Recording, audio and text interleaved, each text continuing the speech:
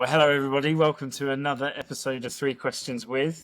This time with Sarah Samee from AXA. Thanks for joining us, Sarah. It's great to be here, James. So I think you've got the longest job title of anyone we've had on, so I'm going to try and get it right. But you are Communications Director for UK and Global Comms Lead for Climate, Sustainability and I&D. And there's an energy bit in there as well. Yes, I'm the comms lead for energy transition as well. So I haven't put that on LinkedIn too, because as you say, it's a very long job title already. I love a long job title, it's fine. It shows how multifaceted the comms function is, right? Well, let's go into it. Hopefully, you've familiarised yourself with the format here, and we'll go straight into some of the questions. The first question is that sort of dreaded question that we get asked at networking events or parties when you tell people that you do comms and you say, what do you do again? I feel like this is like role play. Yeah. So like it's slightly excruciating, but Practice. yeah, completely. Yes. So often I will say, I'm a communications director for a large commercial insurer. Yep. If they're still awake when they hear the word insurance, I might talk about how I, passionately believe that insurance is a force for good, and take them down that kind of rabbit hole. Yep. In terms of my actual job, I would say that it's my role to obviously manage the reputation of the business and really sort of be looking to build credibility and trust in the organisation and the senior leadership team. And obviously we do that in multiple ways, but I would say the primary one really is sort of hunting down those stories within the business that sort of demonstrate the positive impact that we have on our clients, employees and society. I think, and again, it depends on what the vibe is, right? The person that you're talking to. Yeah. Without sounding grandiose, I think corporate affairs professionals, we really act as the conscience of an organisation, almost like the moral compass. Yeah. So often it's our role to ask those difficult questions and really push the organisation to, as well as talking the talk, walking the walk, and really looking for the evidence, because, fundamentally actions speak louder than words. Yeah, absolutely. But I guess I've been in the industry for a long time and I love talking. So, you can easily talk about our job. And I actually think what we have is actually a very interesting job. Yeah. I think we're probably the most popular people at dinner parties. Yeah, I think that's true. I think it's I've always thought the thing about being a comms director is you get to work the hours of the CEO without the pay. That's a very good one. Yeah, absolutely. But I think that point, there's 2 points about that flow of information and telling stories, but also helping the organisation to understand how what its decisions are going to impact the external world, and being that kind of conscious for it is so important. So that's great. Thank you for that.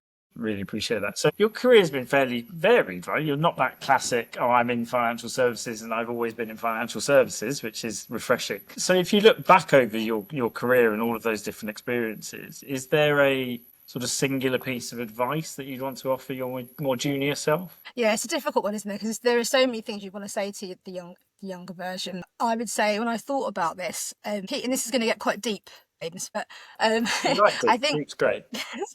I think really it's learning to trust your own instincts and really connecting with your inner voice and your sense of purpose. Because fundamentally, I've been in comms for 25 years, right? I'm in my third decade. Walking your career path, no one's going to walk with you the entire time. You are fundamentally on your own. Yeah. And you will inevitably hit career crossroads. So whether that's going from agency to in-house, or private sector to public and back, or redundancy, obviously I've had all those experiences. And, mentoring and coaching is vital. Getting the right advice through those processes is so important, because they're incredibly stressful times. And so as an industry, I think we're very lucky. We've obviously got Elizabeth Ballanluca's exec program. You've got established mentoring programs through Global Women in PR and Women in PR. I've just done the Ithaca Partners Corporate Affairs Trailblazer program that's been run by the wonderful Sherry Davies. All really helpful stuff. But fundamentally, it's you that's having to make these decisions. So having the courage to trust, courage in your convictions, and really understanding what it is you want from work. So asking yourself those questions: is it money? Is it status? Is it breadth? Is it influence? Yeah. Because I think, as you said, I've had a very varied career. I've gone from private to public, not-for-profit, agency, in-house. But because I know what I care about and what excites me and interests me, that's made those career moves a lot easier for me. Yeah, yeah. It's such an interesting point, and it's it's know yourself is such an important thing that I think we all take different times to get to grips with, and some people never do from that point of view. But that idea of don't let external influence the way you want to run your career is so I important. think that's really important because I think that it's important to take advice 100%, but you don't have to take everything on. And often people will give you unsolicited advice that you haven't even asked for. Yep. It happens a lot when you start a business as well, funnily enough.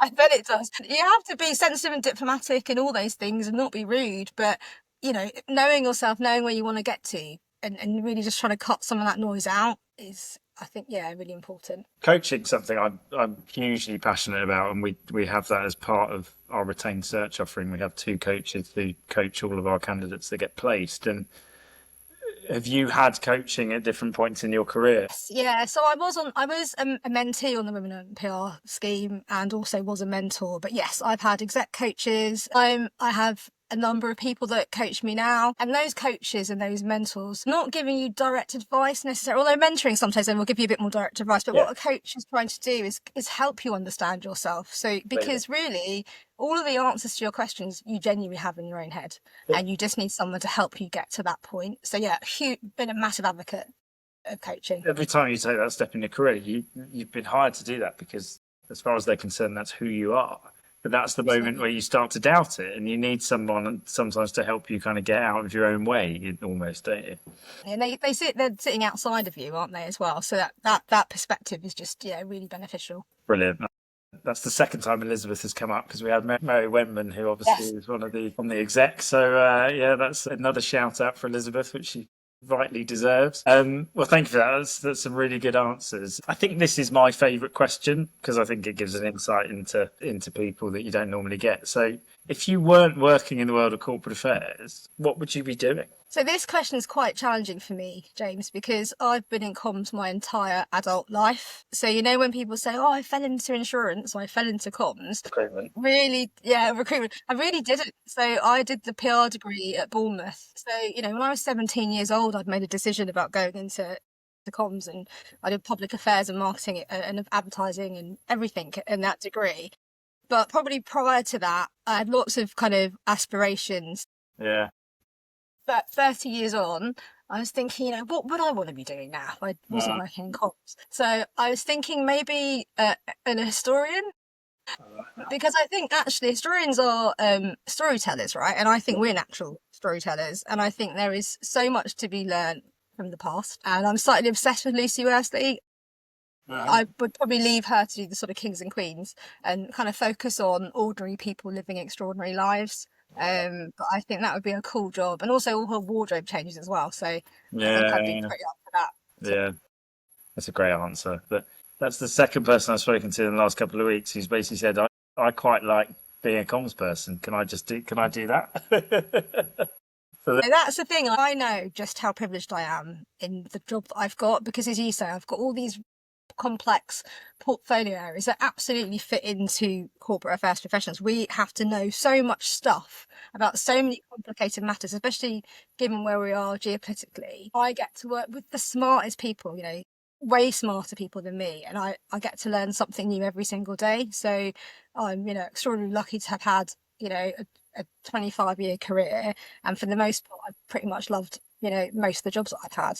It's that idea of, it's similar for me. I get to be adjacent to comms and public affairs professionals who help shape businesses' reputations and policy and all of that stuff. And as a comms or public affairs person, you then get to be adjacent to those experts who are changing the world in all sorts of different ways. And I think both of those are pretty cool jobs. Yeah, definitely. I think they are. And critical thing though, I do think, is that if you pick a role that you're interested in, I think that's the thing. I think what I've been able to do in my career is because I have a passion, really I have a passion around inequality and impact on sort of social economic elements. And so it's not surprising that when you look at all the jobs that I've had, it's sort of linked to that space. And that is because I have a natural interest for it. And if you're interested in something, then you have the passion and you have the enthusiasm and you have the curiosity for it.